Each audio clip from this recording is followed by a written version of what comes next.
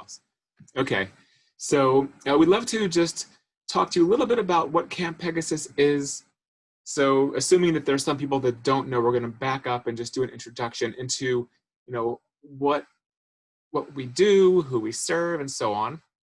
And then we'll get more specifically into how we are coping with COVID and turning our in-person program to a virtual program. And we have some slides. I'll go through them first by way of introduction. You'll also see Aviva Moore is Camp Pegasus's administrative director. I'm the founder and clinical director and executive director. And so let's dig in. And Camp Pegasus is a program really, upon reflection over the years, we're really based on love. We love children, we love childhood, and believe that every child deserves to have a childhood, regardless of challenges. And we also love and care for parents and really honor your position when caring for a child who has challenges and all the extra stress and worry that comes with that. And so really wanting to take care of you as well and just wrap our arms around the whole family. So that's our orientation. And there's a notion in the therapy world of what's called sort of clinical love, which is not romantic love. And clinical love is seeing someone exactly for who they are, really identifying their strengths and their challenges, and then giving them exactly what they need. And so that's what we are all about. So we always start with, well, what do all of our campers need, sort of, in general? And then we dig deeper into each individual child. What does he need? What does she need? What each individual child? And we try to make sure that we're giving that to each person. And so here is our camper profile. Here's who comes to Camp Pegasus. First of all, it's for kids ages 6 to 16. And at the bottom end, at the age of 6, they also have to have completed kindergarten. In our experience, it's important that the child who have at least had that experience and the social expectations of sitting, the amount of focus that's required in a kindergarten class, because it's a little bit different. There's in pre-K and in 4-year-old classes, there's less expectations to sit and focus, such as it is. And so that's why we have that dual requirement for the younger years, completed kindergarten and age 6, and then we go up to age 16. And so our program is for kids. Many kids come to us without a diagnosis at all, and they're just socially awkward or they have social challenges. But we also do specialize in and understand the needs of kids with high functioning autism, kids who are gifted, kids with ADHD and learning differences. And now we do accept campers who have an aide at school. And when we're in person, that aide or an aide should come with that child. If they usually have an aide, then in our face-to-face camp, then they should also bring that support, especially if that aide is not for focusing, but is for self-regulation. Here's one type of child that Camp Pegasus is not designed to treat. Our children who have disruptive behaviors, out-and-out bullies, or students whose primary need is emotional support. We are not an emotional support program. And children, it's not a good fit if a child has that as their primary need. So really it's kids who have social challenges from the above reasons. And so our gang, the kids that we work beautifully with, are those kids who misread social cues like body language or voice inflections. The shy or anxious, socially awkward child, the child with social anxiety, absolutely is a great, appropriate child to be referred to Camp Pegasus. The child who has difficulty initiating or sustaining conversation or reciprocal play, that child would do well, and we can really support that and help teach the child skills. Kids who are inflexible, if they argue with peers a lot, if they misunderstand when it's necessary to give up control and compromise, we can help with that. We do a lot of work around flexibility. Also, if a child has low frustration tolerance, we can work with that child. And we do a lot of work on flexibility, problem solving, and a lot of the emotional coping skills we touch on can help with that. And we also can work with kids who struggle with impulsivity as well. But our camp is not supportive of, and kids who have these challenges don't really succeed with us, and they find it actually more stressful to be in Camp Pegasus. So this is why we have an admissions procedure where we're trying to get to know kids before they come in, and we want to make sure that a child will meet with success. So significant self-regulation challenges. So extreme physical or verbal aggression, frequent or uncontrolled tantrums, and also kids who elope if they're running away, running out into traffic, running into a parking lot. It creates just safety issues and makes camp feel unsafe to those children who are socially anxious or a little more vulnerable. So that doesn't work with our population.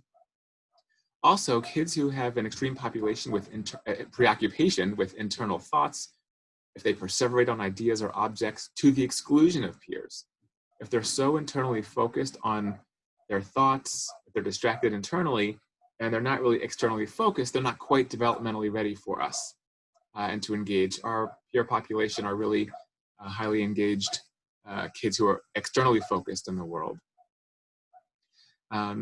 Also, our program is very verbal.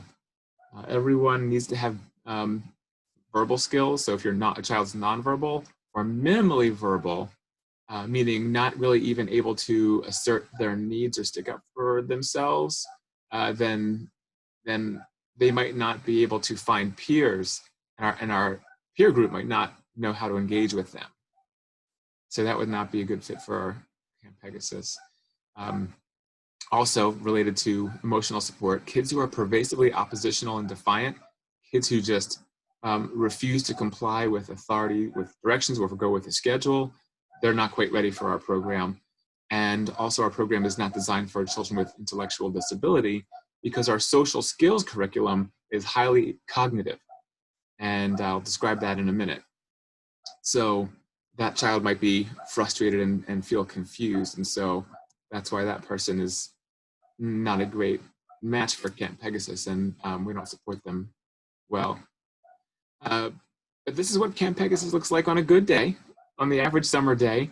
A lot of joy and a lot of togetherness, a lot of laughter, a lot of success. And so we will miss that, but we're pivoting and we're going to make the best of this. And we've really taken a lot of efforts to research and figure out how best to run Camp Pegasus. More on that in a second. I want to just mention for you our social skills curriculum. We call it social coping, because we don't only talk about social skills, because a child can't do social skills. You can't do social if you're freaking out. So if your child is getting overwhelmed, or if he or she is dysregulated, then that child's really focusing internally on putting out fires and trying to calm down. And they're not even working on social skills yet. So we have a dual curriculum that works on all these bullet points. Perspective taking, which means reading other people's minds, theory of mind, reading social cues, taking others' perspective. Social cause and effect, which means if I act a certain way, someone else will have a reaction. If I act X, kids will think Y about me. So it has to do with your reputation and how people react to you. Talk about ways to fit in effectively and succeed socially. Big picture thinking as opposed to narrow, my way, or an over-focus on rules as opposed to the big picture of, well, this is supposed to be fun. So we do a lot of work on big picture thinking, zooming out, we call it. Flexibility is a huge focus of our program all the time. And also self-regulation and coping with feelings and impulses. So that's the core. It's broader than that, but that's the essential components of our social coping curriculum. And this is a sample of what kids might see when they're with us. So every day there's a social lesson, and it's during regular camp, face-to-face camp, it's during a snack time. So kids' hands and mouths are occupied while they learn their social lesson of the day, and it's taught in a very multi-sensory way, always with a visual. So it's really very memorable to all of our visually minded campers.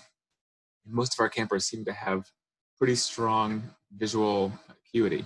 And so the left is our sort of our foundation of our program. We call it the Team for Fun, which establishes the main roles in a relationship. You're both trying to keep it fun for yourself and others at all times, and half the time your job is to keep yourself happy and comfy, so that the little potato person on the left has a tool, and that tool are all the different tools for self-regulation, for using your words to stick up for yourself, assertiveness, flexibility. And on the right, the adjuster keeps other people happy and comfy by adjusting their behavior. And so that's called a gift behavior. When you do something, when you're thinking about someone else's feelings and you do something for someone else, we call that a gift behavior. And we help kids to see that we oscillate, we all take both of those roles. Half the time you're sticking up for yourself and trying to get your needs met. The other half of the time you're trying to make sure other kids or the group is getting their needs met. And back and forth you go. And all other social skills always point back to pretty much the tools or the gifts. So we make it really concrete. And on the right, we have the road to happiness, which is our lesson talking about self-determination, about how your child has the ability to choose great behaviors that will either help them make friends and keep friends, to regain calm and stay calm. And so we talk about how you have the power. Life and is so many of your moments in your life are dictated by the decisions that you make or non-decisions. And we power kids up to realize all day long they're making decisions. What decisions are you going to make? And so that's called the road to happiness. And so these are some of the ways that we concretize social lessons and emotional coping. And our lessons are differentiated for kids of all ages. So we have lessons for kids who are 6 to 8, 9 to 11, and then we have 12 to 16-year-old social skills, and they focus on different things. Also, if you're not familiar with us, this is what we are all the time, specialists in working with children with ADHD and autism, mild autism. And the right column talk about how we're going to convert the ways that we support the kids all the time and then morph that into our online program. So, for instance, we know the way kids with ADHD and autism think and the way they process. So we know that many of our campers have short attention span. So some parents expressed some concern, how is my child going to focus on maybe a 2.5-hour camp? We're going to show you the schedule in just a slide or two, so you'll understand. But we have short activity periods with movement breaks, higher need for movement. So many of our kids are wiggly or fidgeters. And so we are not going to be like many of the virtual schools that made kids sit in their window. If your child needs to move, we embrace that. We endorse that. We support it. So we will allow and encourage movement, backing up away from the camera. As long as the child's still sort of within earshot, we can check in, and we have scheduled breaks. Difficulty coping with unexpected changes. Many of our campers struggle with that, but we have a very clear routine. We'll have very clear structure with a visual schedule, and we have rituals that make a lot of camp predictable. And that's one of the things that we've always built in, and that will still be present in our Camp Pegasus at Home program this summer. One of the things that really made virtual school so painful for our campers, many of our campers, it was because they struggled to sit and just sit still and produce work product evenly, right? Executing that on command. We know that our kids are consistently inconsistent, and some days their neurology is firing right on cue and they can focus better, and some days it doesn't work that way. So, but our program is all social all the time. We do not have any compulsory work or deadlines, and we encourage all of our activities, encourage individual expression and self-control. We have so many creative activities, which we're going to talk about in a second, and so that gives it up to the child's expression, and kids feel a lot of ownership and control, right? And nothing is forced. We have a zero power struggle policy. Our gang thrives with multisensory engagement, teaching, and interaction. And that's just what we do. That's what we always do. And that'll still be present even through a screen, the way we activate kids, role play, have our visual social lessons, and so on. So we're going to make them active, and fun, regardless of the platform. One strength of our population is that they're high in creativity and often in visual communication. And so the lion's share of our activities actually come from creative arts therapy, master's level art therapists, music therapists, dance movement therapists. We have an improv theater, improv acting activity. So those are 4 activities right there that allow for individual expression, sharing, uniqueness, and accepting different people's minds. And so we're going to celebrate our kids' creativity and outside the box thinking, as opposed to squash them with worksheets. We are not a worksheet program. And our campers need a lot of structure to successfully engage, and our whole program offers structure. All of the types of activities that I mentioned, everyone that is a facilitator for us knows exactly about structure and how to sequence things, how to shift on the fly if something's not working. And so that's a no-brainer for us. It's a non-issue. And lastly, many of our campers, especially teens who can put this into words, feel different and excluded in most of the year, most of their lives. And but they know that when they come to us, they're accepted and celebrated for who they are. I also should mention that when we have art therapy, music therapy, and so on, we don't call it therapy at Camp Pegasus. So that's what the facilitator's training is, but it's like, I'm going to art, and here's the art lady, here's the music guy. So that's how we talk about it. And so our teens have said that when they come to Camp Pegasus, this is just about the first time in their lives and the only place where they feel really accepted for who they are. And that's one of the special things about us, and it probably relates back to our concept of love. Now, with initial trepidation, but now confidence, we shift to online camping. And we did a lot of research into what is high-level, outstanding online education and social-emotional learning. How do you do that? And Janice Tobin is a curriculum developer and for social-emotional learning, and published this. And she proposes a REALM system. The REALM is an acronym for rituals and routines, energize, appreciation and gratitude, lighten, and mindfulness. And as we read that, we noticed that Camp Pegasus always ticks those boxes, and we can provide that in all of our activities. And so here's what it looks like. We have rituals and routines. They're very predictable things. You'll see in the schedule how we start the day and end the day. And we only have an A day and a B day schedule, and it's the same in alternating days. So kids don't have a 4-day rotating schedule that's confusing. And so they know exactly when they're going to have what. And everyone's going to have a visual schedule that you can print out and have at home. Energize means pausing to be off task for a few minutes through stretching, dancing, moving, any kind of movement before you do a sedentary activity in a video engagement, video meeting, helps that person to focus. So energize is what we do. And we have a few breaks in the day that we're going to show you, but also our activities are going to include an exercise, sort of sportsy fitness piece.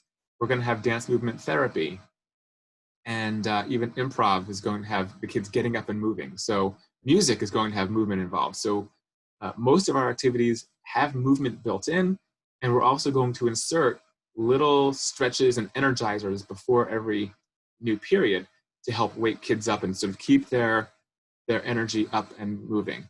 It's when kids sit and stare for minutes and hours on end, that's when they sag and their engagement dips. Appreciation and gratitude. Our entire program is this ultra positive social training approach, and we are looking to notice and reflect to kids every positive social behavior that they do that contributes. So all day long in our regular program, and it'll still be present online, is how we look to catch and praise kids. Even though I know praise has now become a little bit of a 4-letter word in education circles, what we're talking about is reflecting a child's behavior, which is like, what a great conversation question. You were so curious about him.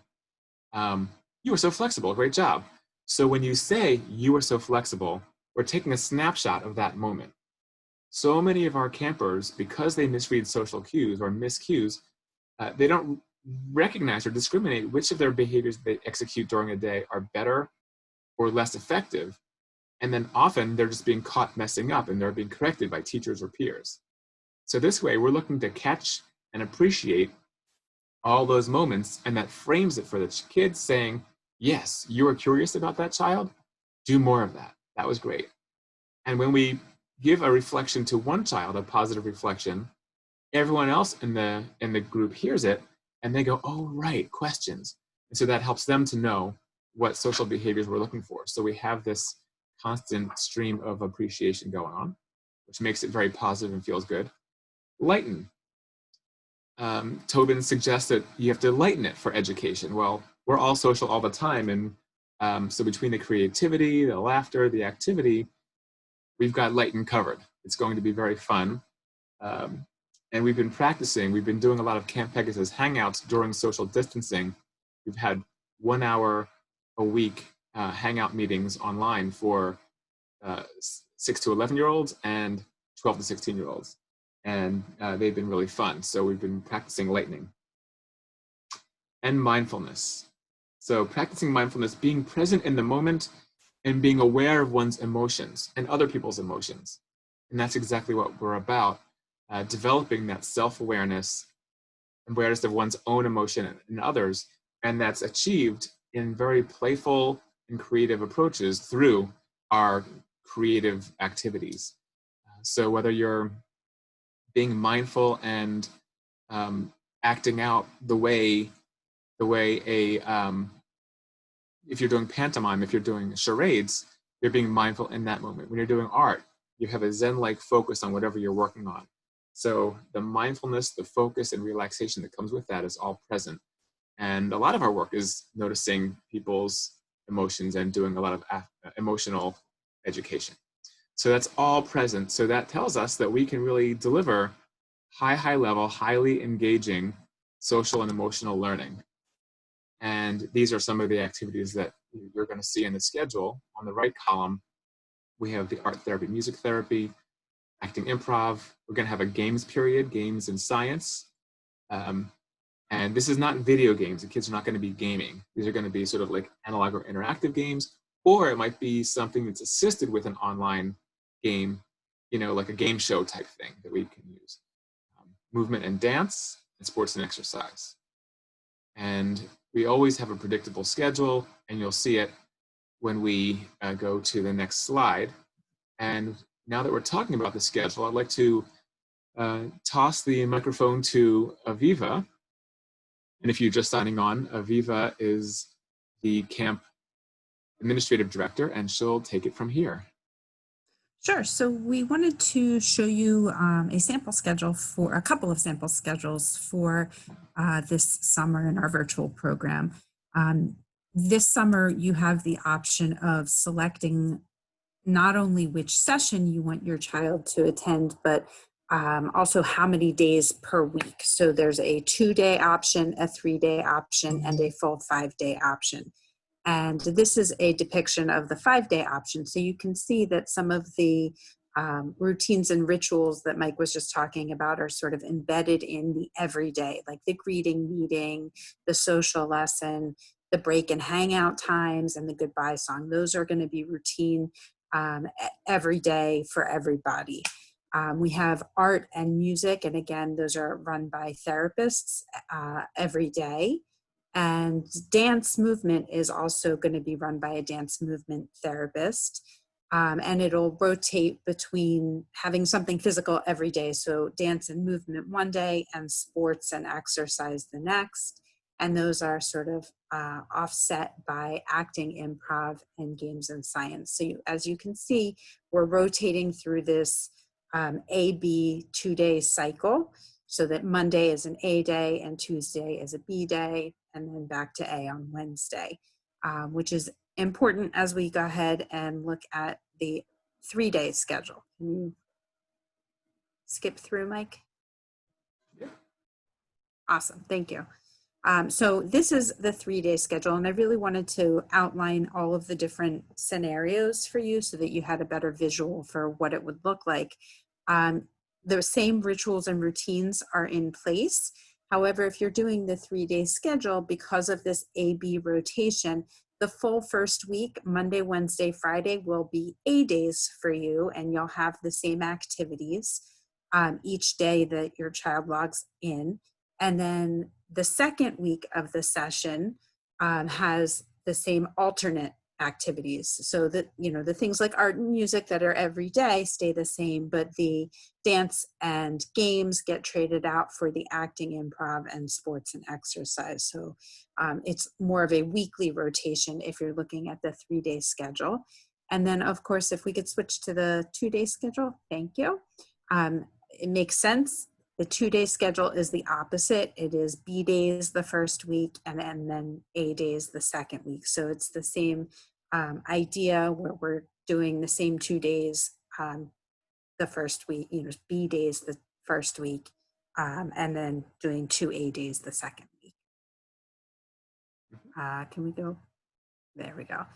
So we wanted to also highlight to you the dates have stayed the same for this summer. We have 4 consecutive 2-week sessions. And so those dates have stayed the same. And we have some campers who come for 1 session. We have some campers who come for 2, 3, or the full summer of 4 sessions, all 8 weeks. And we have found in the past in our in-person version that 2 weeks is really the minimum that a camper needs to spend with us in order to be able to see the effects of our programming. So that's why we have structured it in 2-week sessions. That having been said, the longer they're with us, the more that the social lessons grow in sophistication throughout the summer, and the more benefit they will get from the program. The one thing that has changed this year are tuition rates. So these are discounted pretty significantly over our traditional in-person rates. You can see the prices for the 5 days, 3 days, and 2 days. And again, as a reminder, these are per session rates, not per week rates. So this is for a 2-week block. Can we go to the next slide? And for those of you who are new to us, the application process begins with our admissions process. And you can email me, my name, Aviva, A-V-I-V-A, at camppegasus.com, and just send me a current IEP or a recent evaluation report, as well as the detailed information about your child. And we will review all of the documentation to ensure that we can meet your child's needs this summer and that we are a good fit. So once we've determined that we're a good fit, the next step is to create a login with our online platform called Bunk One. And if you're a returning family, you can skip right to this step 2 and log in. You'll complete an application for this year. And as part of that, you get to select not just which session, but this year you'll also be selecting how many days per week. So just be mindful that there are several options when you're selecting. And then submitting payment is the last step in securing your spot. Historically, in the past, when we're in person, there are additional forms like a medical form and that sort of thing. This year, the final step there, as you can see, is just reviewing the family handbook. We do have a little bit more of an extensive tech waiver informed consent form that we're asking that you go over with your child to make sure that the expectations are clear ahead of time. And we will review the expectations each day in our grading meeting, but this helps to make sure that everybody is starting from the same place. And I think there might be one more slide. Yes. So some families are able to get their school district to cover the cost of camp through the extended school year ESY process. And in order to do that, there's a couple of different things that need to sort of align just right. First, you still need to progress through our admissions process to make sure that we can meet your child's needs. Independently of that, if your child has a social skills goal in their IEP, and they qualify for ESY, then you can speak with your IEP team to request the school district paying for camp as their ESY placement for the summer. If you're able to make your case and they agree to send your child to ESY with us for the summer, we bill them directly, and we try and streamline the process from there. The other thing to be aware of is the insurance reimbursement. We can provide a billable receipt for up to 1 hour of social skills therapy per day. So while we are out of network for all insurance companies, many insurance companies will reimburse a portion of the cost at an out-of-network rate based on the agreement that you have with your insurance company. So that is another way to offset the cost of camp. There is an additional page on our website that has some scholarship and grant opportunities to help offset the cost of camp as well. So you can check that out. And I think that's the end of our formal presentation. Questions? Mm-hmm. So if you would like, please chat those questions maybe to Aviva and you can read them out.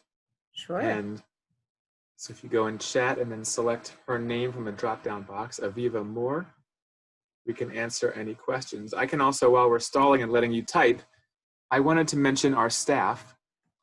We have an amazing staff, very inspiring, just the dedication, the passion that they bring, the creativity, and the love. And we have 4 of our most just experienced leadership team who are going to be 4 of the activity leaders this year. And then we have 2 new people, and I've been interviewing them since we just pivoted to this online program.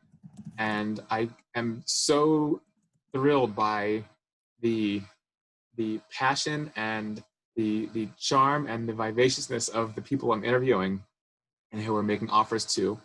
And I can see that they're just going to bring the fun.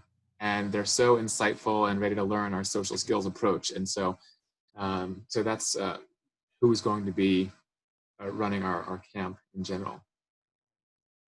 Okay, we have a couple of questions coming in. Okay, great. The first, let's see. The first is, could you talk a little bit about what it's like for older campers ages 15 to 16? Sure. So our social skills curriculum focuses on, still the core is social thinking, perspective taking, problem solving, flexibility, but where it differentiates is it really focuses on adolescent issues of hanging out skills, navigating unstructured situations, coping, utilizing social media safely and effectively. And so heavy focuses on that, and also on, and just conversation skills. When kids are younger, they're still bopping around, they're still more playful, and they can use play more consistently to structure their interactions. By the time they get into the middle and high school, there's a lot less of that, and they're mediating their relationships through conversation. So we're doing a lot of that kind of focus. I think I can take, I'm sorry. And then I would just also say the activities, we have the same range of activities, but the way that they're presented, they're focused on adolescent issues of identity, self-expression, identifying who you are as a person, what do you believe in, and what do you bring to friendships, and what are you looking for in friendships. So it's just a higher level, developmentally appropriate conversation and activity, whereas the younger kids are in it for fun. They're learning about self-control and self-direction and things like that.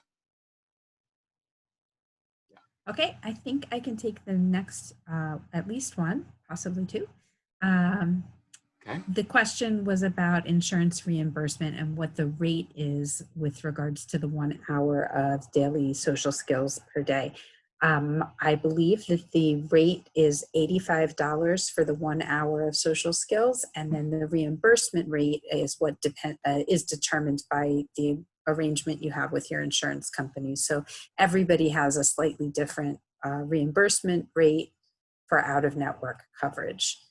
The next question was about the ratio of girls to boys in the 15, 16-year-old age range. And I think that it's probably fair to say that throughout our program, we tend to be boy heavy. We try to make sure that our girls are connected and grouped together to the extent that we can. I'm not sure off the top of my head what our 15, 16-year-olds look like this year in terms of the boy-girl ratio. Mike, do you want to add anything? I'm just quickly going to mute everyone, and then Aviva, if you can unmute yourself, that would be great, so we can not have extra sound. And let's see, no, what you said was correct. So we tend, kids age out at 16, obviously, and then so often there's a little bit of attrition. So we seem to like rise in the number of kids, and then it goes down as kids get closer to 15 and 16. But we actually have a couple of 15, 16-year-olds, some of them who have actually grown up with us, and they've aged up into that very senior position. One thing that will be different this year is in our face-to-face camp, we have kids, we have an elective at the end of each day, and the kids break out of their age groups, and then they go into activities of their interest in 1-week blocks. And so in that format, it's really neat because we can have 6 and 7-year-olds and 10-year-olds with 14, 15, 16-year-olds, and they're all in drama, for instance. And then they're all working together, and it's amazing and beautiful how the older kids mentor the younger kids, and the little kids look up to the big kids, and that's always been really special in terms of kids developing unexpected friendships and self-esteem. That breakout, that is likely not going to happen, so we're not going to have that piece. So really, kids are going to be remaining in their age groups during this summer's program. So to follow up on that, there's a question asking to describe more about what the camp day is like for the kids going into high school. Yeah. The camp day is following the schedule, engaging in the different activities, and I might need a little bit of clarification of the question.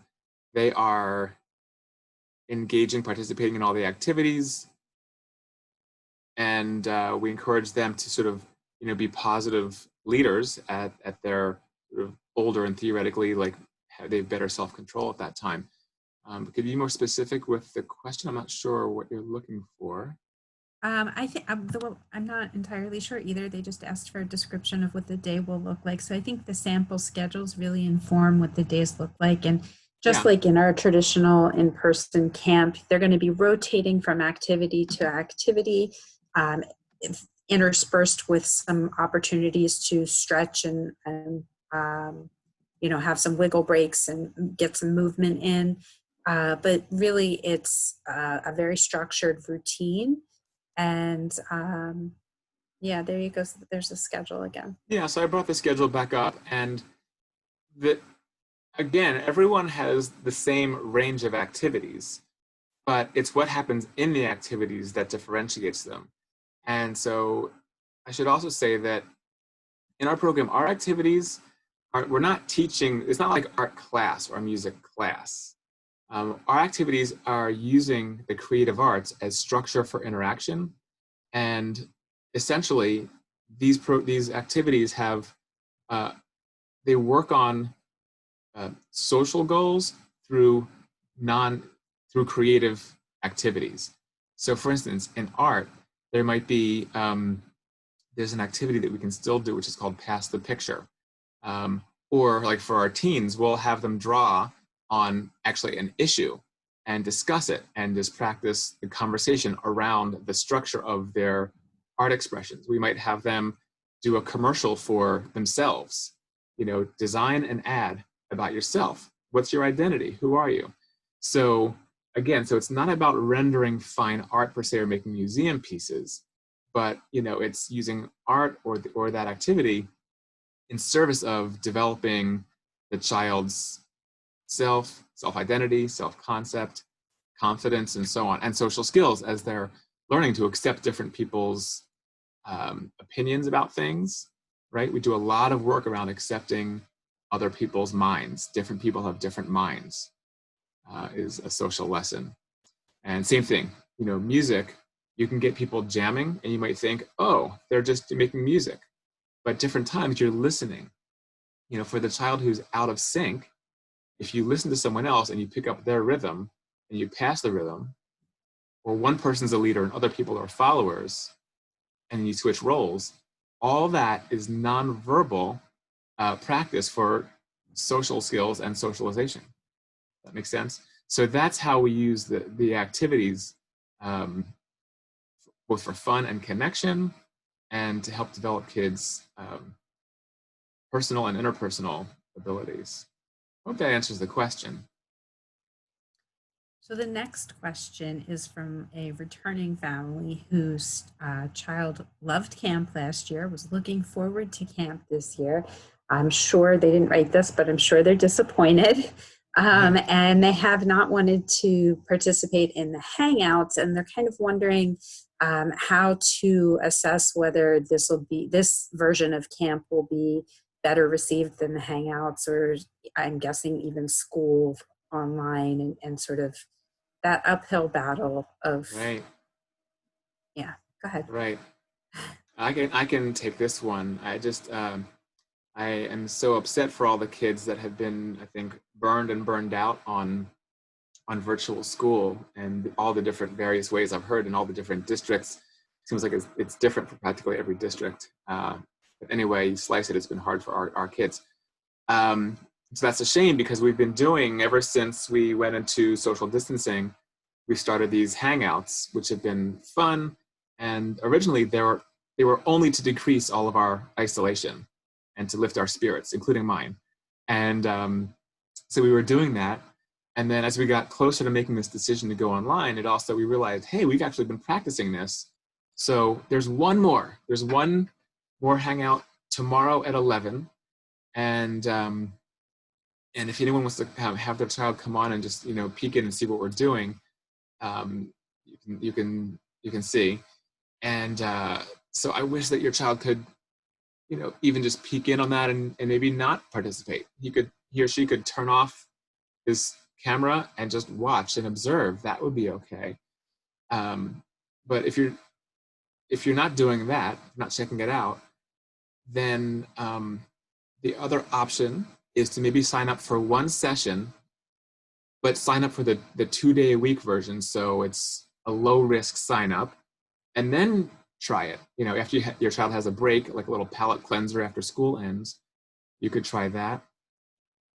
Since you're a returning person, your child must know me, and I'd be happy to find a way to talk to your child and explain the way this is not virtual school. This is the unschool. We're going to be having so much fun and creativity. So I'd be happy to do just a personal chat somehow to help your child get used to it.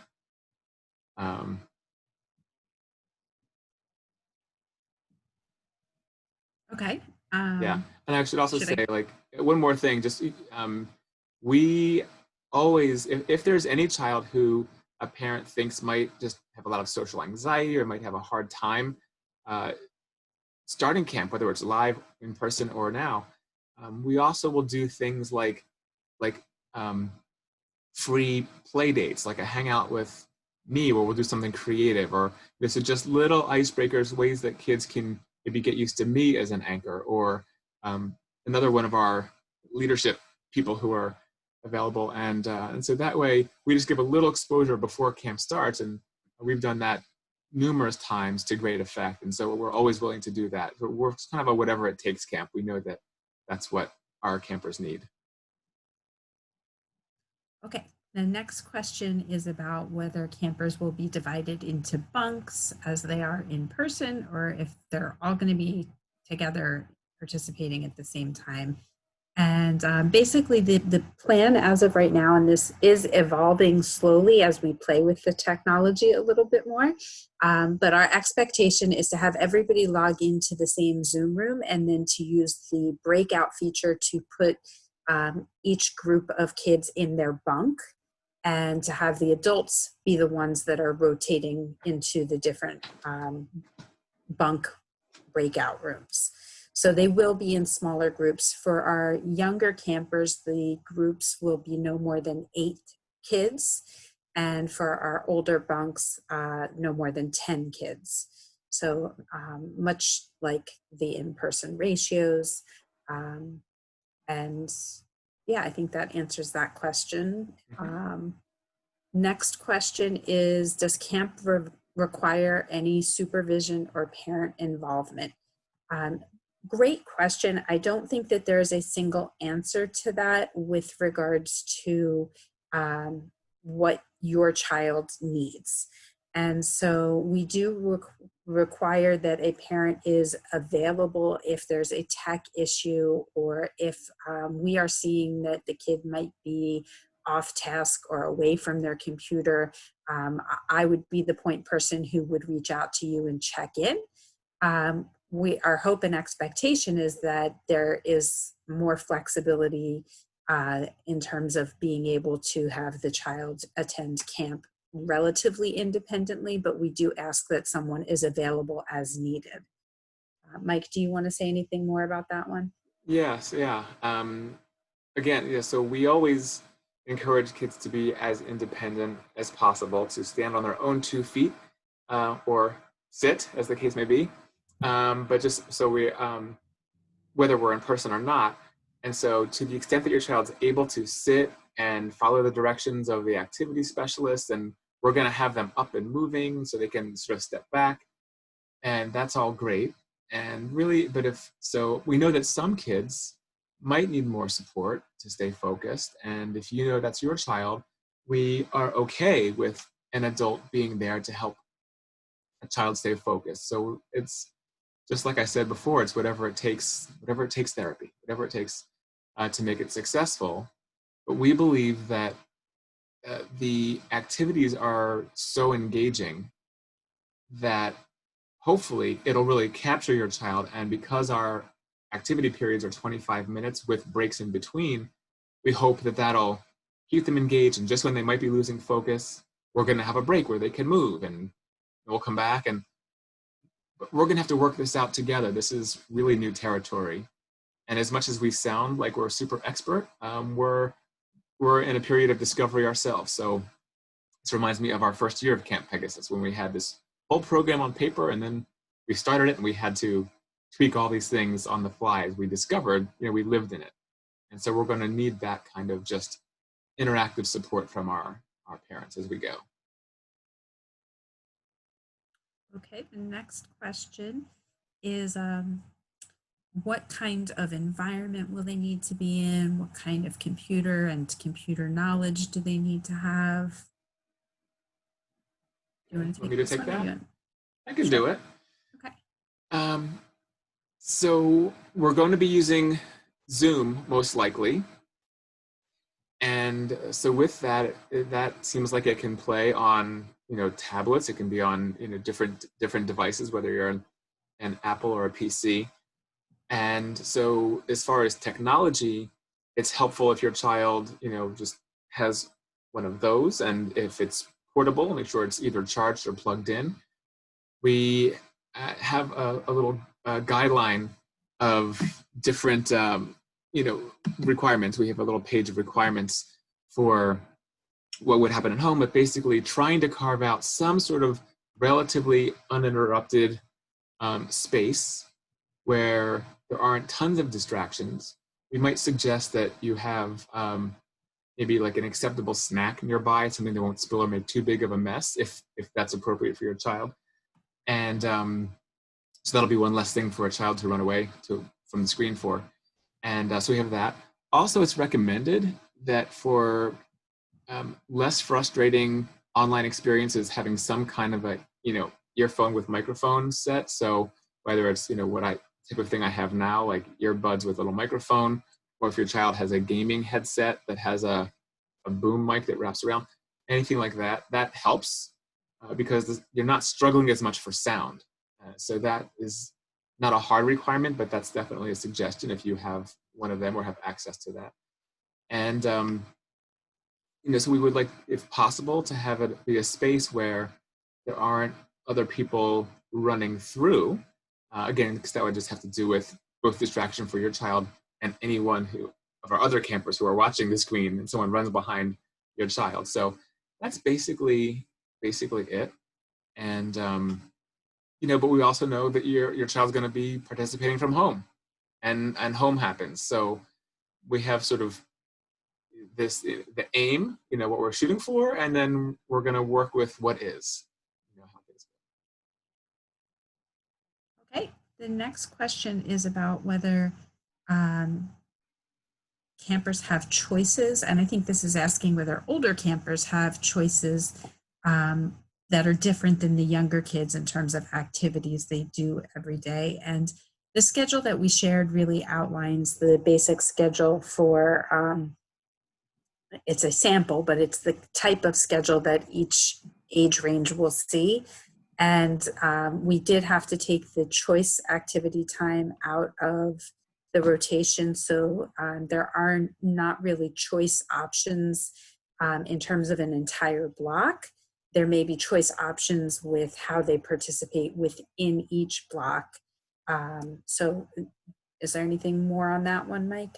Yes, just the one last piece to add is, because we are more than aware that developmentally, adolescents are striving for independence, we give them a lot of control over what happens in the activities. And so we're soliciting requests, what are you liking? What are you not liking? Is there anything else that you would like to do? And so our teens, so the younger kids need so much structure, and it's a lot of that type of work. Our older campers really have just a lot of participation, a lot of choice in and influence on the way the group looks. And so as long as they stay engaged, we encourage it. And that's also just a developmental learning for them as well. I think that in some places, maybe kids that age don't get enough choice. So with us, we really do try to involve them in the decision-making process and also teach them about you're in a group, right? So this is a group situation where you might have to, decide activities democratically. If 3 people want one thing, but 5 people want another, then how can you handle that? You might not, win the vote. So you might have to be flexible and go with what the group wants to do. Can you work on that? So that still becomes a social practice, social skill learning. Also, I'm aware that it's 8:25, 8:26. So we wanted to respect your time, and we'll end promptly at 8:30. If you have additional questions, please feel free to call or email Aviva you can get her, she said her email, maybe you can chat it to everyone as well, Aviva. And so that's another way to reach us and get more questions asked. But we still have time for maybe 1 or 2 more questions, depending. Sure, so I'm previewing some of the questions. One of them was about convincing school districts to provide Camp Pegasus as ES-wide placement. It's a great question, and it really varies by district pretty significantly. We have, I would say, maybe about 10 school districts that we work with pretty consistently, maybe 12. And they obviously know what we're offering, and we have a relationship. They understand our program, and we have people within those, the special ed coordinators that we communicate with directly, and that's an easier sell. If there's a school district where they feel like they are providing social skills programming in the summer, or they feel like they can do it just as well, then that is a harder sell. So it's very variable, and the way that each school district chooses to work with us is independent according to each school district. So it looks different for several different school districts. But that's not, if you have more questions, feel free to reach out to me. I will put my email in the chat before we're done. But I'm happy to speak with you in more detail about that one. And I think, let me see if I can come up with, we have a couple of questions that seem to be about the difference between online school and online camp. Do you want to take that, Mike? Sure. School has, a curriculum that really has a pace. There's an expected pace that they get to everything, and then there's teaching, there's practice, and then there's evaluation, right? And kids are supposed to produce work, whether it's in the form of projects or papers or homework or tests. And so there's a lot of that. Now, I know schools tried to make it engaging, but still it's information sharing, and there's this evaluation piece. And so in that way, we are not that. This is not an academic camp. We don't have a school or tutoring period. It's all social all the time.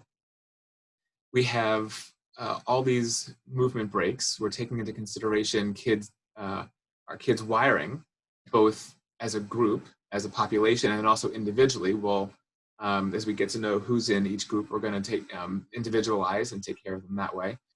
And we have our ultra positive social training approach, where we're constantly looking to recognize kids, the appreciation piece that we talked about earlier.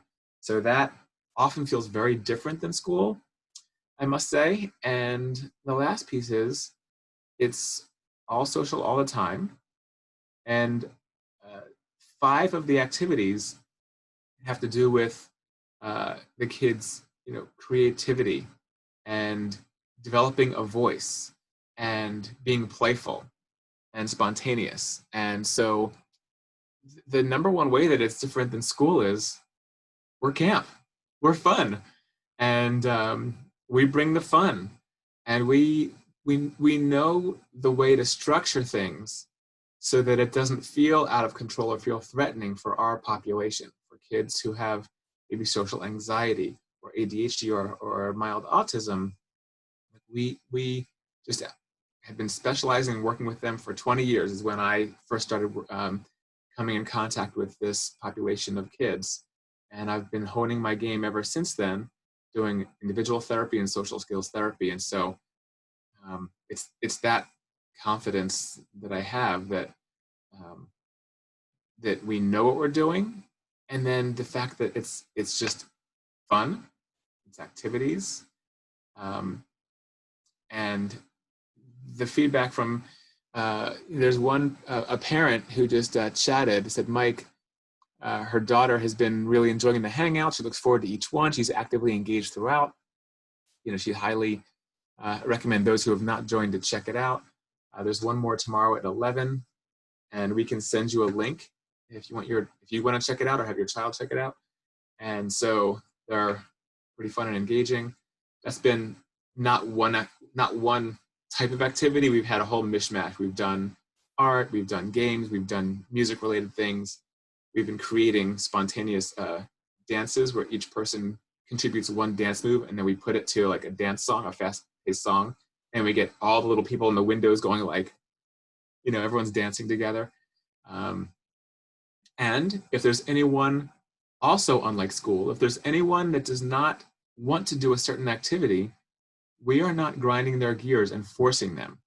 It's okay if in a 2.5-hour thing, if someone wants to sit out of 5 minutes or 6 minutes out of the whole day. If they're like, no, that one activity is not for me. We're like, okay, we need an audience, and we'll come right back to you with the next activity. So that's my long-winded response to that question. I think about how are we different than school?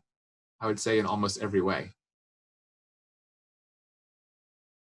All right, and with that, I do think it's 8:33, and thank you all for joining us. So great to have old friends and new join us, and Aviva just chatted to everyone her email address. You can also find her email address all over our website. So go to camppegasus.com, and we have our general pages, and you'll see there's a specific web page in there that says Camp Pegasus at Home that has specifics about what we're doing in our online program this summer. So we're going to end for now, but we can continue the conversation absolutely if you have additional questions. So we're just grateful for everyone joining us. Have a great night, and we hope to see you this summer.